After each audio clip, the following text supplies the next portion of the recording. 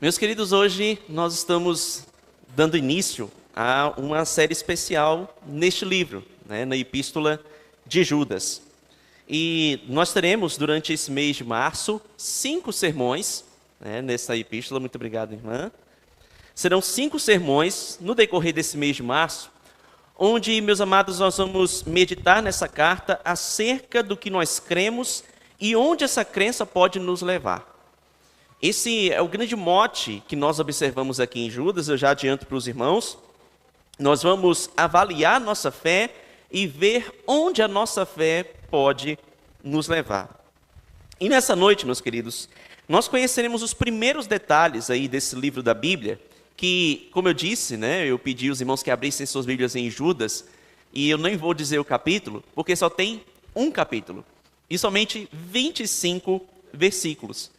Mas que, apesar de pequeno, irmãos, fala com bastante propriedade daquilo que tem sido a fé de muitas pessoas naquele tempo e, inclusive, nos nossos tempos, e também sobre a sua fé. Este livro fala muito sobre a fé, fala muito sobre a crença, e principalmente a nossa confiança na doutrina e o que a doutrina ou a boa doutrina pode nos fazer ser e executar, obviamente, tal qual a falsa doutrina também pode nos levar a crer, a ser e a fazer.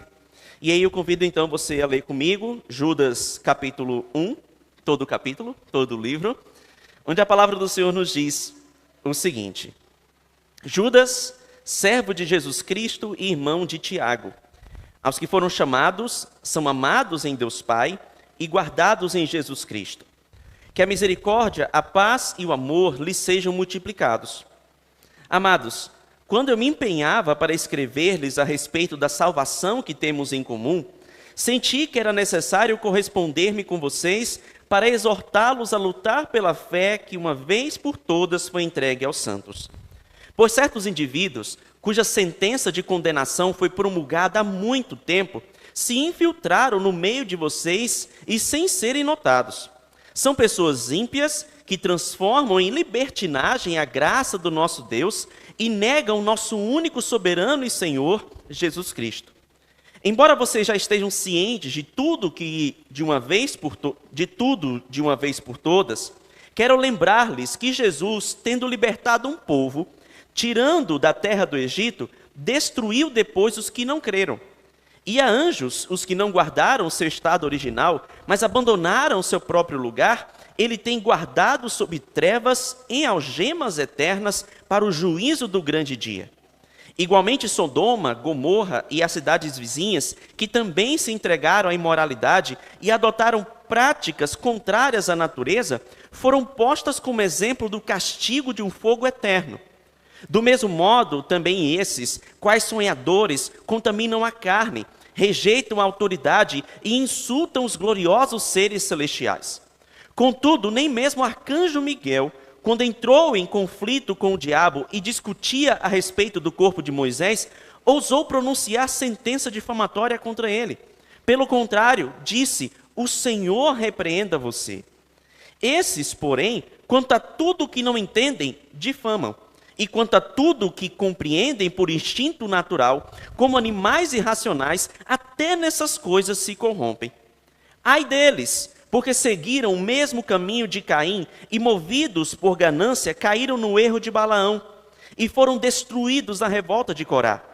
Esses são como rochas submersas nas festas de fraternidade que vocês fazem, banqueteando-se com vocês sem qualquer receio. São pastores que apacentam a si mesmos. São nuvens sem água, impelidas pelos ventos. São árvores que, em plena estação dos frutos, continuam sem frutos, duplamente mortas e arrancadas pela raiz. São ondas bravias do mar que espumam as suas próprias sujeiras. São estrelas sem rumo, para as quais está reservada a mais profunda escuridão para sempre. Foi a respeito deles que também profetizou Enoque, o 7º depois de Adão, dizendo: Eis que o Senhor vem com milhares de seus santos, para exercer juízo contra todos e para convencer todos os ímpios a respeito de todas as obras ímpias que praticaram e a respeito de todas as palavras insolentes que ímpios pecadores proferiram contra ele. Esses tais são murmuradores, pessoas descontentes que andam segundo as suas paixões. A sua boca vive falando grandes arrogâncias, adulam os outros por motivos interesseiros. Mas vocês, meus amados, lembrem-se das palavras anteriormente proferidas pelos apóstolos de nosso Senhor Jesus Cristo. Eles diziam a vocês: nos últimos tempos haverá zombadores, andando segundo suas ímpias paixões. São estes os que promovem divisões, seguem os seus próprios instintos e não têm o Espírito. Mas vocês, meus amados, edificando-se na fé santíssima que vocês têm, orando no Espírito Santo, mantenham-se no amor de Deus, esperando a misericórdia do nosso Senhor Jesus Cristo, que conduz para a vida eterna. E tenham compaixão de alguns que estão em dúvida, salvem outros, arrebatando-os do fogo. Quanto a outros, sejam também compassivos, mas com temor, detestando até a roupa contaminada pela carne. E ao Deus, que é poderoso para evitar que vocês tropecem, e que pode apresentá-los irrepreensíveis diante da sua glória com grande alegria. A este que é o único Deus, nosso Salvador, mediante Jesus Cristo, Senhor nosso, sejam a glória, a majestade, o poder e a autoridade, antes de todas as eras, agora e por toda a eternidade. Amém. Vamos orar ao Senhor. Pai, nós estamos, ó Deus, diante da Tua palavra e queremos mais uma vez, Senhor, segundo a Tua misericórdia, que só ela nos fale nessa noite. A fim, meu Deus, de que sejamos edificados pela Tua Escritura, que aprendamos, meu Deus, da sã doutrina e que vivamos, meu Deus, na verdadeira esperança que o Senhor tem garantido para cada um de nós. Eu te peço, meu Deus, que nós não saiamos daqui como entramos, mas que sejamos, Senhor, transformados e impactados pelo poder que há somente na Tua palavra. É o que nós oramos a Ti, agradecidos no nome de Jesus. Amém. Meus queridos, nós lemos os 25 versículos, mas lembrando, né, que esse texto ele não será exposto somente por mim, mas durante esse mês, os irmãos Janilo e irmão Cássio estarão trazendo para os amados, cada um, uma perícope aqui desse livro, né, dessa carta. Hoje, nós vamos nos ater, meus amados, aos versículos 1 e 2 dessa noite, né? O primeiro e o segundo versículo, onde nós temos aí a apresentação da carta com o remetente e com o seu destinatário. E é muito importante nós lembrarmos, meus queridos, que toda a Escritura é divinamente inspirada e útil, já diz a palavra do Senhor. E não é diferente aqui, porque para alguns, ler esses dois versículos pode parecer algo superficial, pode parecer algo que passa batido para um leitor não atento. Mas nessa breve e singela apresentação, meus amados, nós temos muita teologia. Na verdade, toda a base doutrinária daquilo que Judas vai abordar nessa carta está presente aqui. Está nesses dois versículos iniciais, em que ele diz quem é, diz quem somos e o que Deus tem para cada um de nós. E meditando nesses versículos, meus queridos, nós entenderemos, você entenderá, o porquê de essa carta ser tão relevante para nós nos dias de hoje. A grande ideia dessa série que nós vamos abordar durante todo esse mês é que o servo que luta pela fé e persevera até o fim é guardado por Deus e conduzido à vida eterna. Eu vou repetir. O servo que luta pela fé e persevera até o fim é guardado por Deus e conduzido à vida eterna. E para nós compreendermos isso, meus queridos, nós precisamos conhecer o contexto em que essa carta está inserida. Judas é uma carta universal, né? Uma carta que foi enviada ali não a uma igreja específica, mas a todas as igrejas. Por isso você não tem aqui um nome de igreja nessa carta. Então ela foi escrita para circular entre as igrejas. Mas pelo texto, meus queridos, é possível percebermos que os leitores originais de Judas eram cristãos que haviam sido convertidos do judaísmo. principalmente quando nós observamos a linguagem e os exemplos que Judas usa para poder trazer as lições ali para aquele povo. Eram exemplos conhecidos dos judeus, histórias que até mesmo não estavam nas escrituras, mas que eram conhecidas já da tradição oral ali dos judeus. E aí nós vemos isso nos versículos de 5 a 7, versículo 9, versículo 12, versículo 14. São todos esses exemplos comuns ali para os judeus. Muito possivelmente, meus amados, essa carta ela é de um período que vai abranger ali o final da era apostólica, indo até um pouco antes, né, a morte de Pedro, ou até mesmo depois disso. Ela vai esse período ali, entre o final do período dos apóstolos e até um pouco depois, né, do período apostólico. Nós não sabemos exatamente a data, mas alguns estudiosos vão defender que Judas foi possivelmente a fonte de 2 Pedro capítulo 2. E se você observar 2 Pedro capítulo 2 em sua Bíblia, você vai ver que é muito parecido com o que está aqui no livro de Judas. São extremamente semelhantes. Outros, observando o fluir do texto, vão entender que Judas complementa o que Pedro disse.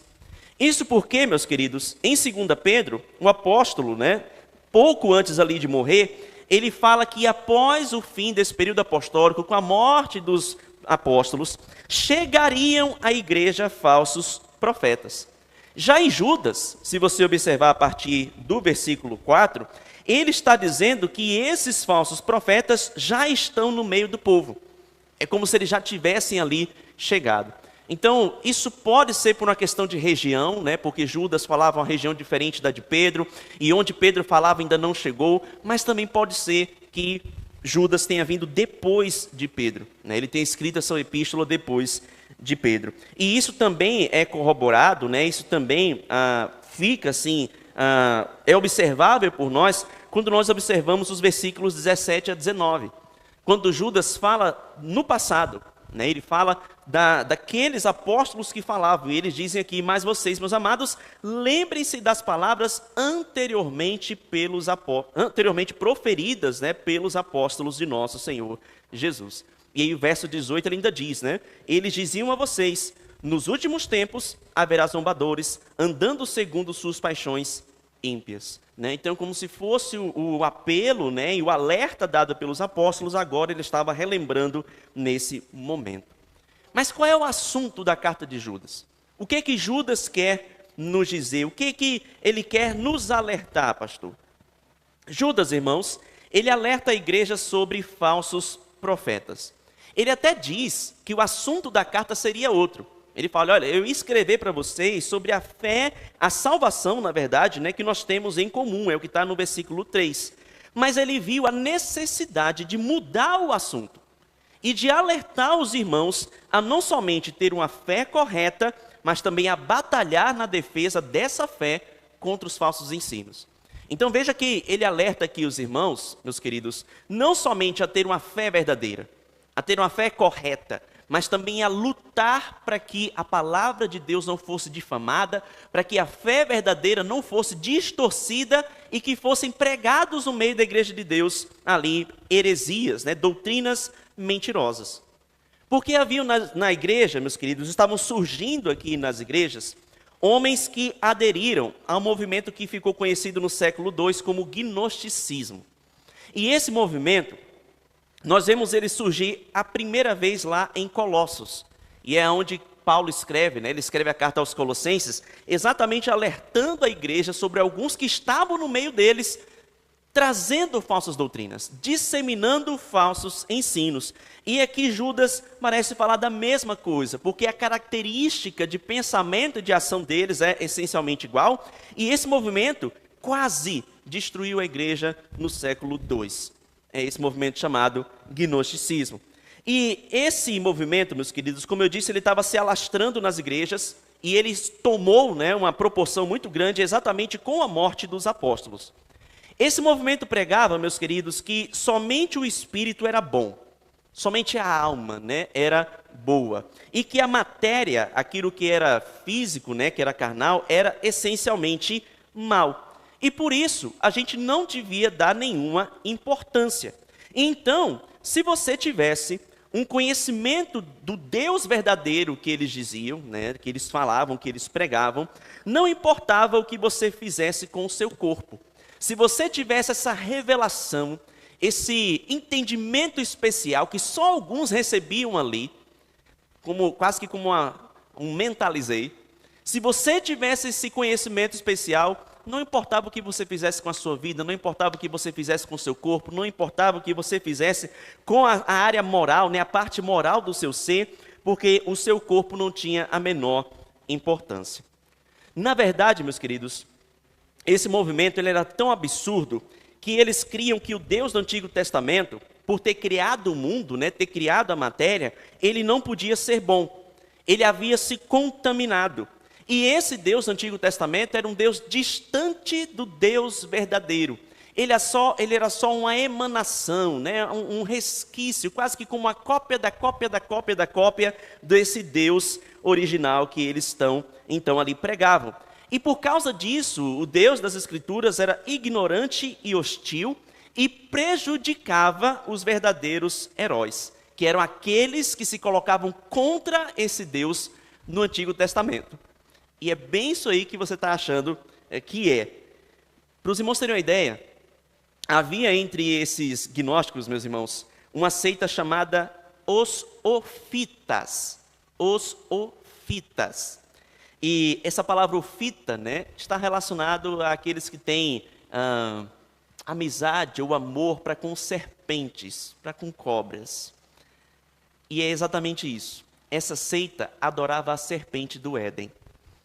Eles entendiam que essa serpente do Éden era aquilo que eles deveriam adorar, deveriam prestar culto contra o Deus da palavra. Haviam aqueles, irmãos, que viam Caim, Coré e Balaão como os grandes heróis do Antigo Testamento. E é por isso que Judas cita esses aqui, quando vai mostrar o exemplo de condenação que esses homens trouxeram para si. E eles, amados, também não acreditavam na encarnação e na morte expiatória do Senhor Jesus Cristo. Se a matéria, né, era ruim, Jesus não poderia ter vindo em carne. Então ele era um fantasma, né? Ele era ali algo fantasmagórico, mas que não era real, e ele não morreu para pagar pelos nossos pecados. Eles também não criam em santificação, porque eles achavam que eles poderiam pecar como quisessem, porque a graça de Deus ia perdoá-los.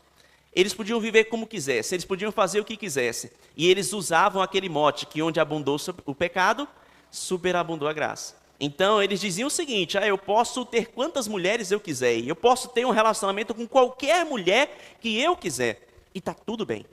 Eu posso roubar, e está tudo bem. Porque a graça de Deus é maior do que todas as coisas. Então não preciso me santificar. Eu não preciso ter uma vida diferente. Eu não preciso crescer no conhecimento e na graça do Senhor, né? Porque eu já tenho tudo o que eu preciso. Eles também consideravam, meus irmãos, Jesus como um Deus fraco. Para eles, Jesus não era o Deus verdadeiro. Ele não era o Senhor de todas as coisas. Ele nem havia ressuscitado. E por causa disso, meus queridos, eles estavam causando divisões nas igrejas, porque eles pregavam que somente eles tinham conhecimento elevado, e por isso eles eram especiais. Mas eles, na verdade, estavam implodindo o testemunho do Evangelho, e estavam ali trazendo uma fama ruim para a igreja, estavam ali ofendendo o nome do Senhor. E nós vemos isso, né, nos versículos 18 e 19, quando a palavra de Deus diz: eles diziam a vocês, né, nos últimos tempos haveriam zombadores, andando segundo suas ímpias paixões. São esses os que promovem divisões, seguem os seus próprios instintos e não têm o Espírito. E aí então Judas escreve, alertando os irmãos, mostrando que esses hereges eles vão ver a condenação de Deus. Que eles estão guardadinhos, reservados para o fogo santo do Senhor, que irá consumi-los para sempre. Enquanto aquele que é fiel à sã doutrina, aquele que guarda a palavra, que crê no Deus das Escrituras, esse, meus irmãos, vive agora, né, uma nova conduta de vida, esse guarda o Evangelho e combate os falsos ensinos, a pessoa que faz isso é o crente de verdade. E ele vai receber do Senhor a graça da vida eterna, vai ser sustentado por Deus até o último dia. E Judas começa a nos ensinar, meus queridos, essa verdade, né, e essas verdades principalmente, desde a sua saudação. Em cada palavra que ele cuidadosamente escolhe aqui, inspirado pelo Espírito Santo, nós somos lembrados, meus queridos, daquilo que nós somos, né, ou de quem nós somos, e daquilo que nós temos em Deus. E o que Deus tem reservado para cada um daqueles que guardam a sua palavra, aqueles que guardam a sã doutrina. E nós vemos isso já no início, já na identificação do remetente, no versículo 1, a parte A, quando Judas diz: Judas, servo de Jesus Cristo e irmão de Tiago. Quem é esse Judas? De quem nós estamos falando até então, e eu, de maneira proposital, não trouxe aqui até esse momento o contexto, né, de quem é esse Judas. De quem é esse Judas e quem é esse Judas e por que esse Judas se apresenta assim, pastor? Irmãos, haviam ali no Novo Testamento, né, pelo menos 5 Judas conhecidos. Havia o Judas de Damasco, em que Paulo se hospedou ali na sua casa depois da conversão, lá em Atos capítulo 9, versículo 11. Havia o Judas Barsabás, que era profeta e ajudou a igreja a se abrir aos gentios, e nós vemos isso lá em Atos 15, 22, 27 e 32. Havia o Judas Iscariotes, esse bem famoso, né? Nós bem sabemos o seu destino, que a palavra de Deus diz que ele era o filho da perdição. Havia outro Judas, que era o apóstolo, né? Que alguns chamam de Judas Tadeu, e esse Judas era filho de um Tiago, mas não era irmão. Então não se encaixa nesse Judas que nós estamos falando aqui. Lucas 6,16 mostra isso, né? Que esse Judas apóstolo era filho de um Tiago, mas não seu irmão. E aí nós temos o último Judas. Judas esse, meus queridos, que era irmão de Tiago e irmão de Jesus. E nós vemos isso lá em Mateus capítulo 13, versículo 55, e em Marcos capítulo 6, versículo 3. Mas por que Judas ele não começa aqui a carta dizendo Judas, irmão de Jesus Cristo? Por que ele diz aqui que é Judas, servo de Jesus Cristo, irmão de Tiago? E a razão para isso, meus queridos, nos diz muito do caráter desse homem e também nos diz muito sobre o caráter de todo aquele que tem a fé verdadeira no Senhor. Todo aquele que guarda a palavra de Deus deve ter esse caráter que Judas aqui demonstra. Porque, observe, meus queridos, lembremos disso, que Judas, ele era filho de José e de Maria, e ele era meio-irmão de Jesus, mas ele, junto a Tiago e aos outros meio-irmãos de Jesus, não criam em Jesus. Isso está lá em João capítulo 7, versículo 5. Ele até mesmo tramou contra o Senhor Jesus em 2 situações. Lá em Marcos capítulo 3, versículo 21 e no versículo 31, eles tentaram prender Jesus. Eles tentaram levar Jesus para casa para impedir que Jesus não mais pregasse o evangelho. E em João capítulo 7, versículo 3, eles intentaram que o Senhor Jesus fosse para Jerusalém, para que lá a fé dele, né, o ministério de Jesus fosse provado, e isso poderia acarretar em ele ser morto apedrejado. Então, eles tramavam contra Jesus, eles não criam em Jesus, os próprios irmãos do Senhor Jesus o negavam. Ele, meus queridos, tal qual Tiago, só vieram a crer em Jesus depois da ressurreição do Senhor. E aí então eles passaram a crer no Senhor Jesus, eles estavam juntos dos discípulos do Senhor Jesus, e eles receberam o Espírito Santo lá no Pentecostes, como nos diz Atos capítulo 1, versículo 14. E por isso, irmãos, assim como Tiago, Judas também não se gabava de ser irmão de Jesus. Ele não tinha esse orgulho humano de ser irmão do Senhor Jesus Cristo, e ele não usava isso para se destacar no meio da igreja. Aquele homem se contentava, irmãos, em ser tão somente um servo. Judas, servo do seu irmão. Judas, servo daquele a quem era o Senhor da sua vida. Judas, meus amados, ele não se aproveitou do seu parentesco para ter destaque, porque ele bem sabia que com quem ele viveu, né? Ele sabia quem era o seu irmão, ele sabia o que ele tinha feito com Jesus e o que Jesus, por graça, tinha feito ao salvá-lo, ao dar-lhe o Espírito Santo. E por isso, meus queridos, Judas ele tinha uma visão elevada sobre Cristo, mas ao mesmo tempo ele tinha uma visão correta de quem ele era. Ele via Jesus exaltado e ele via como ele se vê. E a palavra de Deus vai nos mostrar que todo convertido, ele tem essa mesma visão. Porque bem-aventurados são os humildes de espírito. São aqueles que não olham para si e se acham. Não são aqueles que se gabam, que têm orgulho da sua posição espiritual, mas que entendem que são pecadores e precisam tão somente da graça de Deus sobre as suas vidas. Foi isso que Judas aqui compreendeu e por isso ele se apresentava dessa forma. Judas, irmãos, era um servo e somente um servo. E como nós sabemos, essa palavra servo, vem do grego doulos e significa literalmente escravo. Judas era um escravo de Jesus Cristo. E a glória de Judas estava no fato de ser um escravo de Jesus Cristo. Meus amados, um escravo, por definição, é alguém que dedica o seu corpo, as suas energias, o seu intelecto e toda a sua vida ao seu amo e Senhor. E é assim, meus queridos, que Jesus é apresentado nessa carta. Jesus é Senhor, Jesus é dono, Jesus é amo. Ele é aquele que domina as nossas vidas, meus queridos. A palavra no grego é até uma expressão que para nós soa forte, é despotés. Ou seja, é um déspota, é alguém que manda e desmanda, que diz e executa, que nos manda como fazer as coisas e tudo que ele manda devemos fazer exatamente como ele nos ordena. Porque nós, meus irmãos, somos seus escravos. Nós somos comprados por um preço. E agora nós nos dispomos a entregar tudo que nós somos em obediência e em serviço àquele que é o nosso mestre exaltado. E essa é a glória, irmãos, e esse é o orgulho santo que todo crente deve ter. É assim que todo cristão verdadeiramente salvo, que tem a fé verdadeira, deve se ver e deve se apresentar. Eu sou um escravo de Jesus Cristo, com muito orgulho. É assim que nós devemos ser, irmãos. É por esse motivo que nem mesmo entre a igreja, Judas, ele tinha ali algum destaque, ele buscava algum destaque. Porque ele complementa a sua apresentação dizendo, Judas, escravo de Jesus Cristo e irmão de Tiago.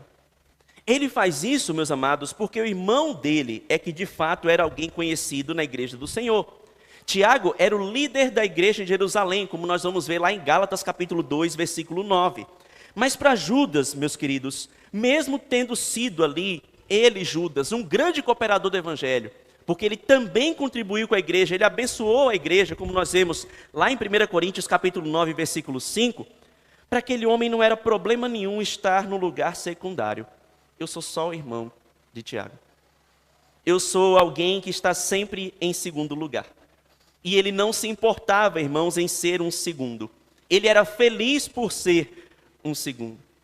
E aqui nós já temos uma grande lição para nós, meus queridos. Vejam o testemunho desse homem de Deus. Veja como ele se mostrava, ele se identificava e ele se via. Porque enquanto os falsos profetas que Judas vai aqui pregar, meus amados, se gabavam das suas posições, se gabavam do seu conhecimento, eram gananciosos, como diz a palavra, Judas se contentava em ser um segundo, um escravo, tão somente alguém à disposição do Senhor Jesus Cristo. Quando a gente olha para os nossos tempos, a gente vê a diferença de pensamento desse servo de Deus para os crentes e para as doutrinas dos dias de hoje. Porque, meus irmãos, hoje nós não vemos ninguém brigando para ser escravo. A gente não vê mais ninguém buscando um orgulho santo de ser escravo. Na verdade, nós cantamos em nossas igrejas que tudo gira ao nosso redor. Que nós somos destaques. Que nós temos que estar no palco. Que a gente tem que humilhar aqueles que estão perto de nós. Aqueles que se levantam contra nós. E da mesma forma, meus queridos, que essa falsa doutrina que se apresentava na igreja levava homens ao comportamento reprovável, o que tem sido pregado nas nossas igrejas hoje, a fé das igrejas dos nossos tempos, que é herdeira dessas heresias, irmãos, não ache que isso parou no tempo, os irmãos vão ver isso na semana que vem, isso continuou, está no meio de nós. Essas falsas doutrinas, elas são a mãe desse comportamento vergonhoso que nós temos nas igrejas nos dias de hoje.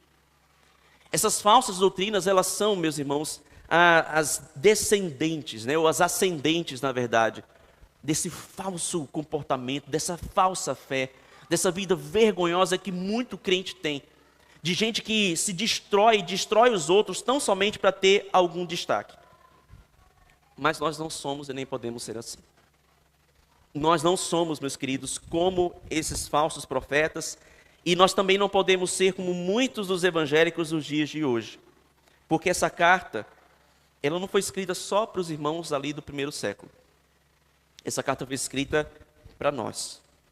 E nós devemos, sobretudo, nos identificar com Judas, e também devemos nos identificar com os destinatários dessa epístola. E observe o que diz o capítulo 1, versículo B, da palavra do Senhor. Aos que foram chamados, são amados em Deus Pai e guardados em Cristo Jesus. Quem são os destinatários dessa carta? Para quem que Judas escreve essa epístola? Como eu já disse, nós não sabemos o endereço original dessa carta, né? Essa carta foi escrita para a igreja A, ou igreja B, igreja de Jerusalém, ou a igreja gentílica, nós não sabemos. Mas nós sabemos, meus irmãos, a quem Deus direcionou essas palavras.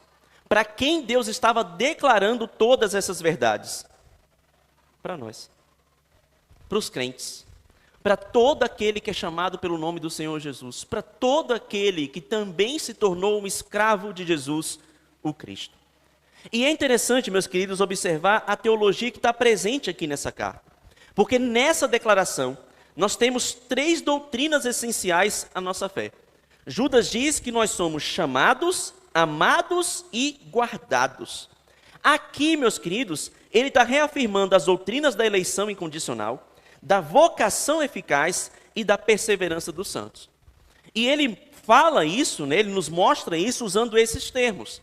Porque a primeira coisa que ele vai dizer sobre os destinatários da carta é que aqueles irmãos eram chamados por Deus. O crente é alguém chamado por Deus. E essa palavra no grego, ela se aplica para 3 contextos. E aí observe só esses contextos. Chamados aqui era uma palavra utilizada, irmãos, para convocar alguém para o trabalho. Chamar alguém para o dever, chamar alguém para a responsabilidade, para ir para uma outra vila, para uma outra localidade, para uma outra cidade ou país, para trabalhar para alguém. Essa palavra chamados também era utilizada para convidar uma pessoa para uma festa, para um banquete, para uma grande celebração.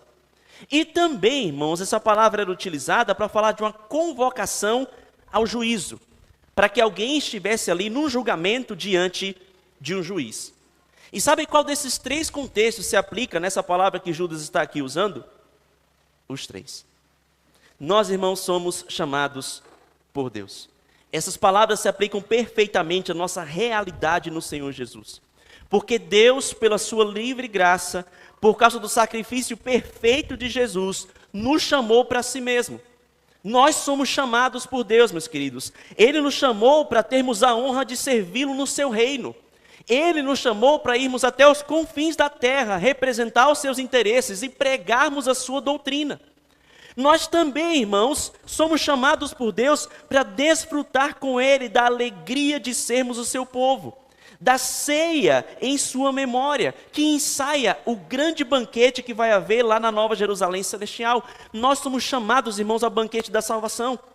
E da mesma maneira, nós somos chamados, meus queridos, a comparecer no tribunal de Deus, a testemunharmos a santidade do Senhor, na certeza, irmãos, de que nesse tribunal nós não vamos ser condenados, mas seremos ali glorificados por Deus. Porque a palavra do Senhor nos diz que para quem está em Cristo não há mais condenação. Meus queridos, o crente é alguém chamado para se responsabilizar. O crente é alguém chamado para desfrutar. E um crente é alguém chamado para comparecer inocentado diante do glorioso tribunal de Cristo. A palavra também diz que o crente é alguém amado. Porque nós somos, meus amados, amados em Deus. Deus nos chama para sermos amados e para amarmos a Ele. Aquele que, como diz a palavra, nos amou com amor eterno. eterno e nos atraiu com laços de amor. Ele nos traz, irmãos, agora para nós vivermos imersos, para vivermos ali no seu oceano de amor gracioso. E dessa forma, tudo que o crente é e tudo que o crente faz está envolto no amor de Deus. Tudo que nós fazemos é debaixo do amor de Deus. Não há nada, irmãos, que nós possamos fazer para que Deus nos ame mais, e também não há nada que nós possamos fazer para que Deus nos ame menos. Porque Ele nos ama com a medida perfeita, gloriosa e eterna. E é essa a condição que nós estamos desde o momento em que acordamos até o momento em que vamos dormir, desde o momento da conversão até o último dia da nossa vida e toda a eternidade. Nós somos amados por Deus, meus irmãos. A palavra nos diz isso, né, lá em Romanos capítulo 5, versículo 8, que Deus prova o seu amor para conosco, em que Cristo morreu por nós, sendo nós ainda pecadores. Sendo assim, irmãos, se nós somos chamados para o serviço, é para um serviço de filhos, é para um serviço daqueles a quem o Senhor quer bem. Ele nos promete, meus queridos, ao fim de todo o trabalho aqui nesta vida, pelo seu nome, pelo seu evangelho, a eternidade de glória, onde o seu amor vai ser aquilo que vai nos envolver a cada dia de um tempo que não tem fim. E até mesmo, meus amados, no juízo, nós veremos a coroação do amor de Deus em nos absorver, em nos aceitar na sua santa e amorosa presença. Aquele que nos amou primeiro, irmãos, Ele vai ter sempre amor para nós. Nós, e somente nós, os crentes, somos amados. E também somos guardados. Nós somos guardados em Deus, dentro de Deus. Essa é a afirmação, essa é a expressão no grego. Porque aquele que nos chamou, irmãos, e aquele que nos amou, é também o que vai dar cabo ao seu chamado e ao seu amor eficaz. E é por isso que nós vemos lá em João capítulo 6, versículo 39, quando Jesus diz que nenhum daqueles que o Pai deu a ele irá se perder. Que nenhum daqueles que ele recebeu da parte do Pai irá se perder, mas que ele ressuscitará e apresentará no último dia. Ele não vai perder nenhum dos seus, porque ele é poderoso, irmãos, em primeiro lugar. Deus jamais permitiria que alguém viesse e tomasse um dos seus filhos da sua mão. Mas além disso, Deus não somente é poderoso para nos segurar, como Ele também não quer nos perder. E por isso, irmãos, agindo Deus, quem impedirá? Isso não vai acontecer, é impossível de acontecer. Deus, meus queridos, na sua soberana vocação, no seu soberano amor, Ele está nos guardando, Ele está nos protegendo, Ele está nos livrando do maligno e até mesmo de nós mesmos, para que nós estejamos em sua presença para sempre. Enquanto Ele preserva, irmãos, os anjos caídos para condenação, como nós vemos aqui nessa carta, tal qual Ele também faz com os falsos mestres, versículo 4 e versículo 6, nós, os crentes, estamos reservados, guardados, protegidos, para sermos apresentados diante dEle, irrepreensíveis, para entrarmos na sua glória eterna, como diz o versículo 25. Aquele que começou a boa obra em vós, é fiel para completá-la até o dia de Cristo Jesus. Nós estamos guardados por Deus e ninguém nos toma da sua mão. E aquilo que Ele prometeu, Ele vai cumprir. Estaremos em sua glória, diante do seu amor, para sempre. Somos guardados, irmãos. Enquanto Deus julga aqueles que detestam a verdade, Ele salva e protege aqueles que confiam e amam a sua palavra. E por fim, meus queridos, na saudação de Judas, nós vemos aqui o que o crente tem e que deve ser multiplicado. Nós já vimos quem é Judas, já vimos quem nós somos, e agora nós vamos ver o que Deus tem para cada um de nós. E aí o versículo 2, desse livro nos diz que a misericórdia, a paz e o amor lhe sejam multiplicados. Meus queridos, essas três virtudes aí, elas são resultado da sã doutrina. A misericórdia, a paz e o amor é um resultado de termos a verdadeira fé em nós. Porque se os falsos profetas, eles são cheios de impiedade, libertinagem e ganância, como a gente vê a partir do versículo 4, os servos de Deus, eles vivem a misericórdia, a paz e o amor. Na misericórdia, meus queridos, nós não recebemos de Deus o castigo que nós merecíamos. Por ser misericordioso, e como diz Lamentações capítulo 3, as misericórdias do Senhor são a causa de não sermos consumidos. Porque Deus é misericordioso, Ele não nos deu aquilo que a gente merecia, Ele não nos destruiu. Mas Ele nos deu o que havia de melhor. Ele nos deu Jesus, Deus de Deus, que tomou, meus amados, sobre si as nossas dores.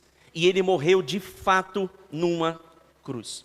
O castigo que nos traz a paz com Deus estava sobre Ele. Ele tomou sobre si as nossas dores, Ele tomou sobre si as nossas enfermidades, como diz Isaías 53, 4, 5 e 6. Nós estávamos mortos, irmãos, mas Deus, sendo rico em misericórdia e por causa do grande amor com que nos amou, estando nós mortos em delitos e pecados, nos deu vida juntamente com Cristo. Pela graça sois salvos, é o que diz Efésios capítulo 2, versículo 4. Ele derramou, irmãos, sua misericórdia sobre nós. E Ele fez isso para que nós pudéssemos também exercer misericórdia. A palavra diz, bem-aventurados os misericordiosos, porque eles alcançarão misericórdia. E na paz, meus queridos, nós temos o resultado da misericórdia. Antes, quando nós vivíamos segundo o nosso entendimento, éramos controlados por nosso instinto carnal, nós estávamos em guerra com Deus. Nós vivíamos em conflito com o Senhor, nós éramos inimigos de Deus. E aí Deus, por meio de Cristo, nos reconcilia consigo mesmo, como diz 2 Coríntios capítulo 5, 18 e 19. Jesus, amados, pagou um alto preço com a sua própria carne e recebendo o nosso castigo, Ele nos tornou limpos, inculpáveis, inocentes, e por isso agora nós temos paz com Deus. Por isso Paulo diz aos Romanos, no capítulo 5, versículo 1, justificados, pois, mediante a fé, temos paz com Deus, por meio de nosso Senhor Jesus Cristo. E nós recebemos, irmãos, de Deus a paz.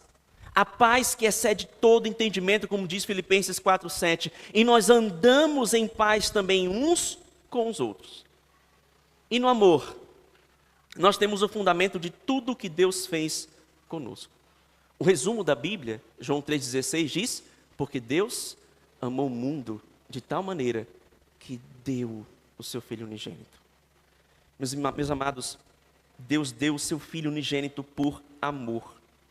E nesse amor, meus queridos, nós que antes odiávamos a Deus, porque essa é a verdade, nós éramos odiadores de Deus, como diz Romanos capítulo 1, versículo 31, agora nós passamos a amar aquele que nos amou primeiro. E também, irmãos, nós passamos a amar aqueles que estão ao nosso redor, amar os nossos irmãos.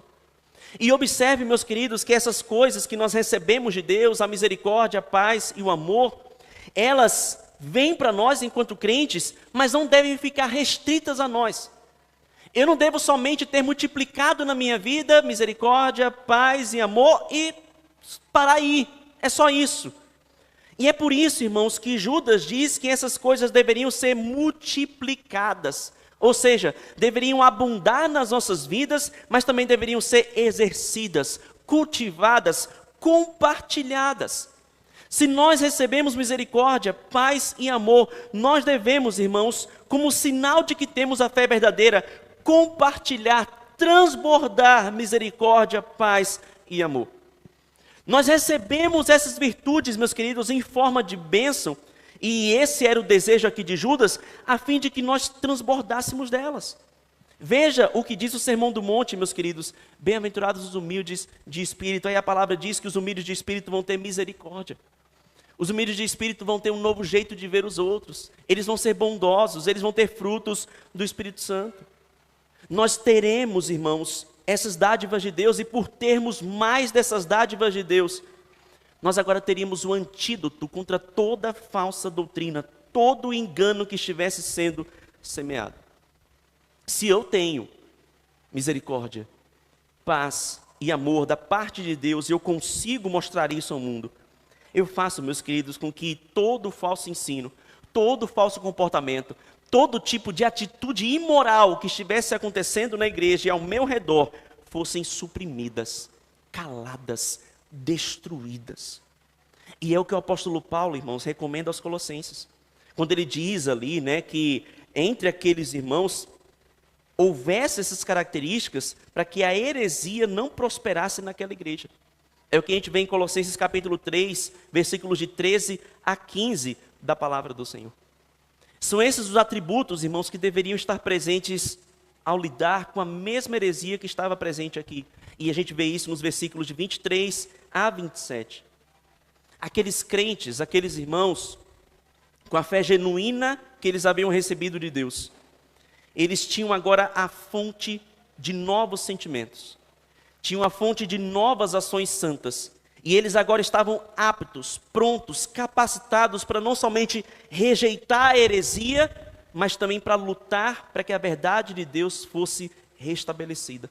E até mesmo, irmãos, impedir que aqueles que estavam sendo enganados caíssem nesse erro eternamente. Por isso a palavra de Deus vai dizer no verso 23, salvem outros, arrebatando-os do fogo. Quanto a outros, sejam também compassivos, mas com temor. A atitude daqueles irmãos, baseada na fé que eles tinham, em tudo aquilo que Deus ia dar para eles, era o combustível, a força necessária para que eles pudessem viver e vencer, viver a boa doutrina e vencer os falsos ensinos. E o que a gente aprende nessa breve, porém densa apresentação de Judas, é que o servo de Deus, ele é protegido e capacitado para resistir ao engano e lutar pela fé verdadeira. Observe isso, porque isso é para você, meu irmão. O servo de Deus é protegido e capacitado para resistir ao engano e lutar pela fé verdadeira. Era isso que Judas queria lembrar àqueles irmãos. Era isso que Judas queria dizer àquela igreja. Nós somos, irmãos, servos, chamados, amados, guardados, revestidos de misericórdia, paz e amor, para que naquilo que nós somos e temos, nós não nos deixemos levar pelo erro, na certeza de que é o Senhor quem vai nos guardar. Porque, meus queridos, tal qual Deus preservou os seus servos lá no deserto, não deixando que as suas roupas se estragassem, lembra? Fazendo com que eles ali fossem preservados até mesmo do sol, que eles fossem guiados durante a noite. Tal qual Deus fez isso, irmãos, com aquele povo lá no deserto. Ele nos sustenta com a sua salvação. Ele nos guia com a sua palavra. Tal qual, irmãos, no Antigo Testamento, Deus levantou profetas para que guiassem o povo de Deus no bom caminho. Ele levantou homem como Judas, pessoas como Judas, servos do Senhor, para que também pudessem nos anunciar a palavra. Mas mais do que isso, Deus nos deu o seu Filho. E Ele veio em carne, de fato. Ele de fato, irmãos, morreu. Ele de fato ressuscitou. E Ele de fato está agora à destra do único e verdadeiro Deus, santo e justo, intercedendo sempre por nós. Este, irmãos, Jesus enviado por Deus, quando subiu aos céus, diz a palavra, levou a morte cativa e deu dons aos homens. Ele levantou os seus servos para pregar a palavra e para capacitar os santos a não serem levados de um lado para outro por ventos de doutrina, mas seguindo a verdade em amor, crescessem segundo cabeça, Cristo, até que todos nós cheguemos à sua estatura e nos encontremos com Ele na glória. Como diz Efésios capítulo 4, de 8 a 16. E lá na glória, irmãos, não vai haver mais engano, não vai haver mais heresia. E a verdade de Deus vai brilhar diante de nós, diante daqueles a quem Deus preservou e ressuscitou no último dia. É isso que o Senhor tem garantido para nossas vidas, meus amados. O servo de Deus, ele é protegido e capacitado para resistir ao engano e para lutar pela fé verdadeira. Isso leva a gente para o início do sermão. Meu querido, como está a sua fé? Como está a sua fé? Você tem convicção, meu amado, de que a sua fé é verdadeira. Você tem convicção que você tem crido no Deus verdadeiro. E aí eu vou além e te pergunto, meu amado, qual tem sido o seu conceito sobre Deus? Você tem adorado o Deus das Escrituras? Você tem se rendido ao Deus da palavra?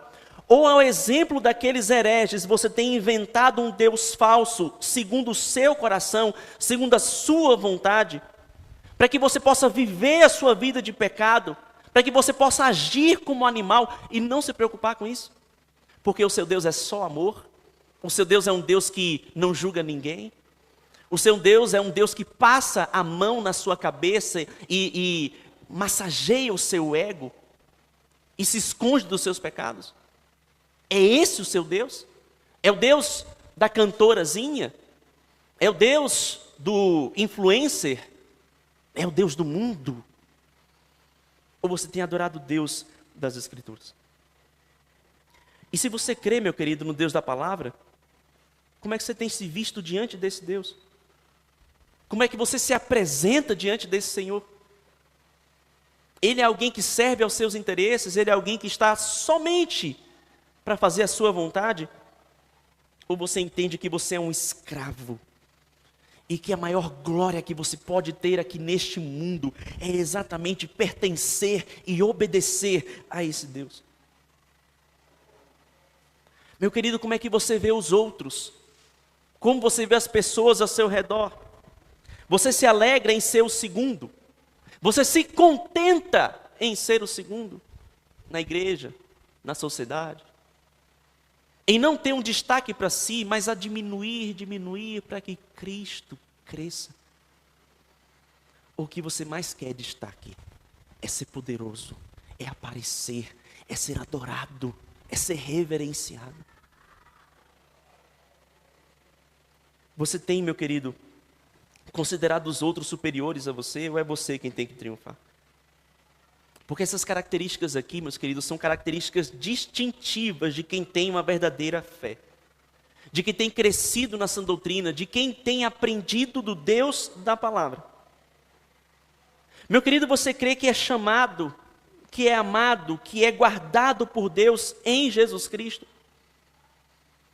Você crê nessa verdade para a sua vida? Você entende que é parte desse povo chamado, amado e guardado? Amém, irmãos? Somos ou não somos? Saber disso, meu querido, tem incentivado você a conhecer mais desse Deus? Saber disso tem incentivado você a buscar mais esse Senhor, a amar mais esse Senhor, a viver para a glória desse Senhor? Até mesmo se for preciso batalhar para que a palavra do Senhor não seja distorcida e nem seja difamada no nosso meio, na sua igreja, na sua vida. Meu querido, você tem sentido Deus abrir as suas comportas santas de misericórdia, de paz e de amor sobre você? E se você tem sentido isso, meu querido, viva tudo isso. Desfrute dessa bênção e transborde dessa bênção com aqueles que estão perto de você. Receba misericórdia e dê misericórdia. Receba paz e dê paz. Receba amor e dê amor. Porque é assim que nós multiplicamos, irmãos. Esse é um sinal de que você nasceu de novo. Esse é um sinal de que você tem fé verdadeira. E sobretudo, meus queridos, aqui nós somos exortados a perceber o valor da sã doutrina. Isso é algo que nas nossas igrejas não tem sido mais falado, as pessoas não se importam mais. Chegamos ao absurdo de ver gente dizendo assim: eu amo Jesus, mas odeio doutrina. Irmãos, isso não é de Deus. Porque um falso pensamento sobre Deus leva você a uma vida de condenação. Aqueles falsos profetas tinham um conceito errado sobre o Senhor e isso fazia com que eles fossem condenados diante de Deus. Mas uma fé genuína, uma fé real, baseada nas Escrituras, irmãos, é o sinal do amor e da salvação de Deus em Cristo. Se você tem crido no Deus verdadeiro, esse é um sinal de que você é salvo. E se é isso que acontece com você, E se você quer crescer mais, leia a sua Bíblia, meu irmão. Leia a sua Bíblia. Nós temos falado disso aqui na igreja há semanas. Leia a sua Bíblia. Leia de capa a capa. Não passe desta vida, como diz Jonas Madureira, sem ler a Bíblia inteira. Não faça isso, meu irmão. Não deixe, não perca essa oportunidade graciosa de aprender de Deus em sua palavra. Fuja, meu irmão, das heresias. Fuja dos modismos do nosso tempo. Fuja do eu acho. Fuja daquilo que o influencer fala na internet que não tem base bíblica nenhuma. Fuja daquilo que é ensinado de maneira errada no programa de TV, que parece bonitinho, onde todo mundo canta bonitinho, mas não tem palavra. Pessoas que seguem falsos profetas. Pessoas que advogam para si uma autoridade que não tem do Senhor. Abandone isso, meu irmão. Não participe dessas coisas, não compartilhe essas coisas. Cresça de uma vez por todas na fé, meu irmão. Saia do leite espiritual, pelo amor de Deus. Comece a digerir alimento mais sólido. Vá ler a sua Bíblia. Como Pedro diz, irmãos, a última coisa que ele diz antes de morrer: antes crescei na graça e no conhecimento do nosso Senhor e Salvador, Jesus Cristo. Crescei na graça e no conhecimento. E assim, meu irmão, tenha o seu coração fortalecido e capacitado para se encontrar com o Senhor lá na glória eterna, bendizendo e louvando o nome do Senhor com alegria no seu coração, sem vergonha alguma, porque é exemplo de Timóteo. Você é alguém aprovado, porque maneja bem a palavra da verdade e não tem do que se envergonhar. Que essa seja a nossa verdade, que essa seja a nossa vontade, e que esse seja o nosso trabalho, nossa batalha, hoje e para todo o sempre, até o dia de nos encontrarmos com o Senhor. Vamos ficar de pé, vamos orar ao nosso Deus.